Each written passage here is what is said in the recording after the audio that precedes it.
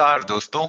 स्वागत है आपका हमारे पॉडकास्ट में, जहां हम चर्चा करते हैं कुछ बेहतरीन और सशक्त किताबों के बारे में।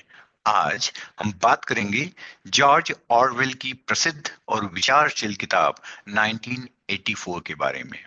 यह उपन्यास एक ऐसी दुनिया की कहानी है जहां पर सरकार का नियंत्रण हर एक व्यक्ति के विचारों, जीवन और स्वतंत्रता पर है। तो अगर आपने अभी तक इस किताब को नहीं पढ़ा है, तो हमारे इस पॉडकास्ट में हम इसे सरल और समझने योग्य तरीके से आपके सामने पेश करेंगे। तो चलिए शुरू करते हैं। 1984 जॉर्ज ऑरवेल का उपन्यास। जॉर्ज ऑरवेल का उपन्यास 1984 एक डिस्टोपियन मतलब नष्ट होती हुई समाज की कहानी है, जो अत्यधिक तानाशाही और समाज में भय के माहौल का वर्णन करता है। यह उपन्यास 1949 में प्रकाशित हुआ था और यह आज भी हमारे समाज में सत्ता, स्वतंत्रता और सच्चाई के बारे में सोचने के लिए एक महत्वपूर्ण कृति मानी जाती है। कहानी का मुख्य पात्र विंस्टन स्मिथ है, जो ओशिनिया नामक एक काल्पनिक देश में रहता है। ओशिनिया एक विशाल तानाशाही राज्य है, जहां सत्ता का नियंत्रण एक पार्टी इंगसोक इंग्लिश सोशलिस्ट पार्टी के पास है। इस पार्टी का नेतृत्व बिग ब्रदर नामक व्यक्ति के द्वारा किया जाता है, जो एक निरंकुश और अजेय शासक के रूप में देश में मौजूद होता है। विंस्टन का जीवन। Winston Smith ministry of truth में काम करता है, जहां उसका काम है पुराने दस्तावेजों को नष्ट करना और नए दस्तावेजों में बदलाव करना, ताकि वे सरकार के झूठ को सच साबित कर सके। उसकी नौकरी यह सुनिश्चित करने के लिए है कि जो कुछ भी पार्टी कहे वही इतिहास हो। हालांकि विंस्टन इस जीवन से नाखुश है। वह जानता है कि वह और उसके जैसे लोग एक सशक्त और स्वतंत्र समाज में नहीं जी रहे हैं, बल्कि उन्हें लगातार निगरानी और भय के माहौल में रखा जाता है। यहां तक कि उन्हें यह भी बताया जाता है कि वे अपने विचारों पर भी नियंत्रण नहीं रख सकते।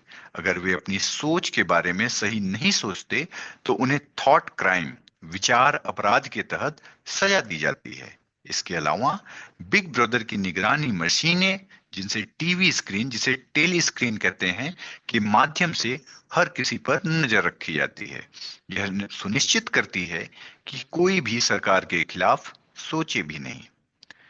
कहानी में एक मोड़ तब आता है जब विंस्टन को जूलिया नाम की एक लड़की से प्यार हो जाता है। जूलिया पहले तो एक साधारण सरकारी कर्मचारी जैसी ही नजर आती है, लेकिन उसकी असलियत कुछ और ही होती है। वह भी पार्टी की सख्त नीतियों और नियंत्रणों के खिलाफ है। जूलिया और विंस्टन का मिलना एक ऐसा पल होता है जो उनके जीवन को पूरी तरह बदल देता है। विंस्टन को पहले यह विश्वास ही नहीं होता कि जूलिया जैसी लड़की पार्टी के खिलाफ हो सकती है, क्योंकि पार्टी की विचारधारा में विश्वास करना और बिना किसी सवाल के हर आदेश का पालन करना अनिवार्य होता है। लेकिन जूलिया विंस्टन से गुपचुप तरीके से संपर्क करती है और वो उसे बताती है कि वह पार्टी की नीतियों से नफरत करती है और उनके खिलाफ बगावत करने के लिए तैयार है। विंस्टन, जो पहले ही पार्टी के अत्याचार और झूठ से तंग आ चुका है, इस प्रस्ताव को अपने लिए एक मौके के रूप में देखता है। जूलिया उसे बताती है कि वह कई सालों से पार्टी के खिलाफ है, लेकिन डर की वजह से वह कुछ नहीं कर पाई। अब दोनों मिलकर एक खतरनाक योजना बनाते हैं।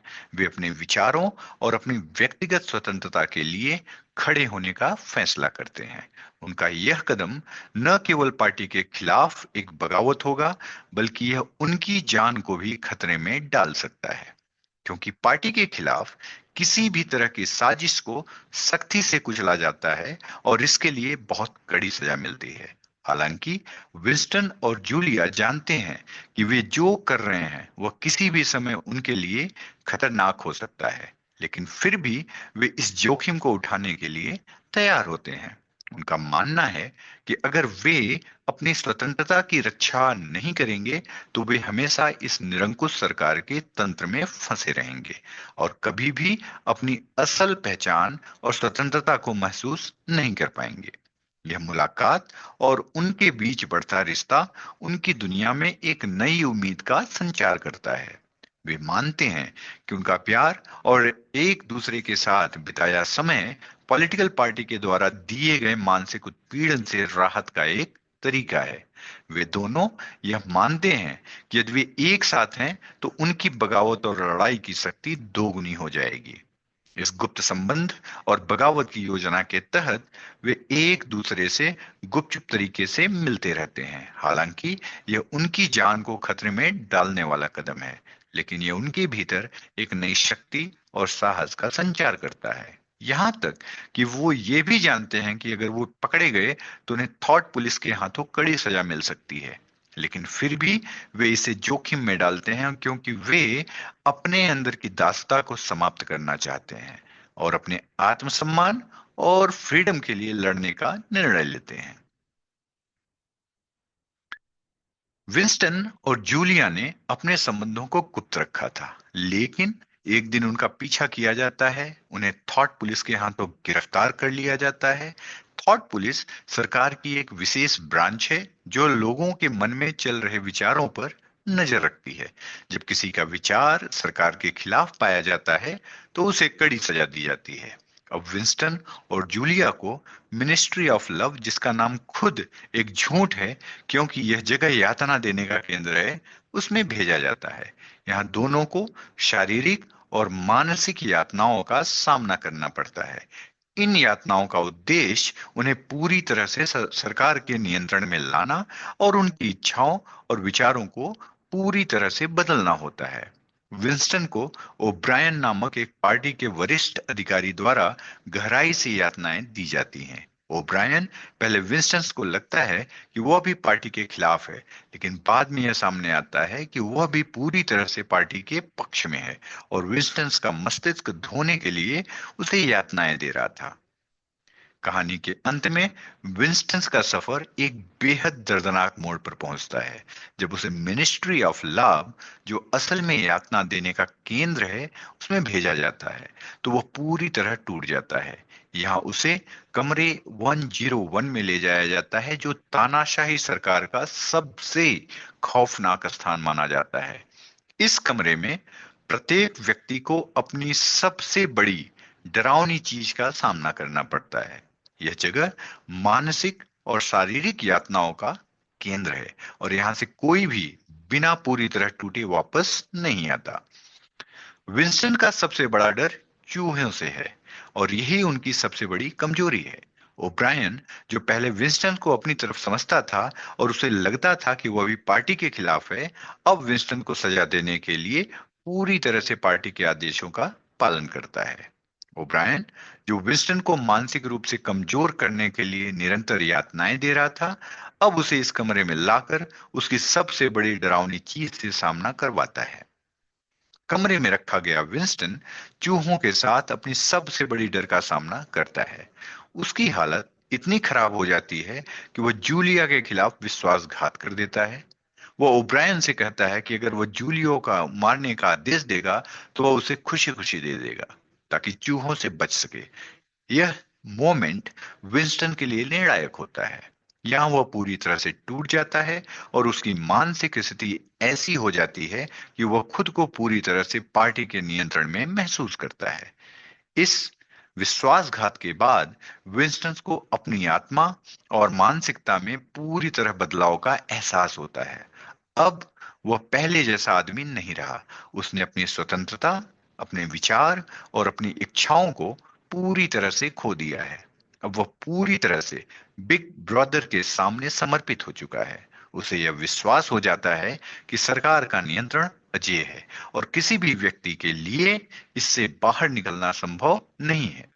विंस्टन्स अब पार्टी और सरकार के खिलाफ कोई विचार नहीं रखता।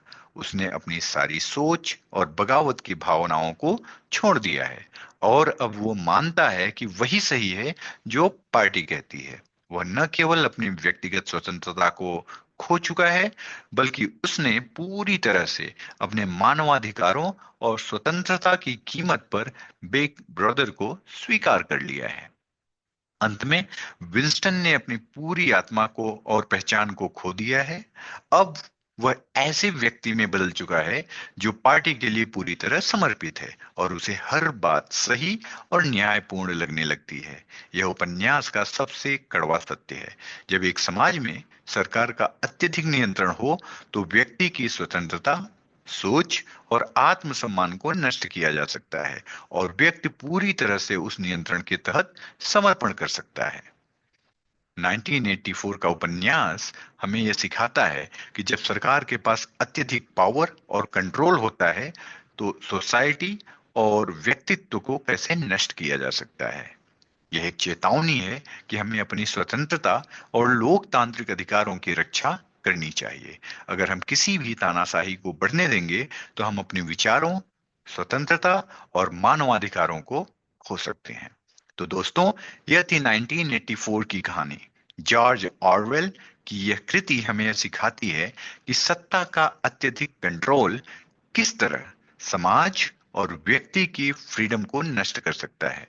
अगर आप भी इस किताब को पढ़ने का सोच रहे हैं तो आपको एक नई सोच और विचार की दुनिया में कदम रखने का मौका मिलेगा। अगर आपको हमारा पॉडकास्ट पसंद आया हो तो कृपया हमें फीडबैक दें और अगले एपिसोड के लिए जुड़े रहें। धन्यवाद और ध्यान रखिए, सोचिए, समझिए और हमेशा अपनी स्वतंत्रता की रक्षा कीजिए। धन्यवाद।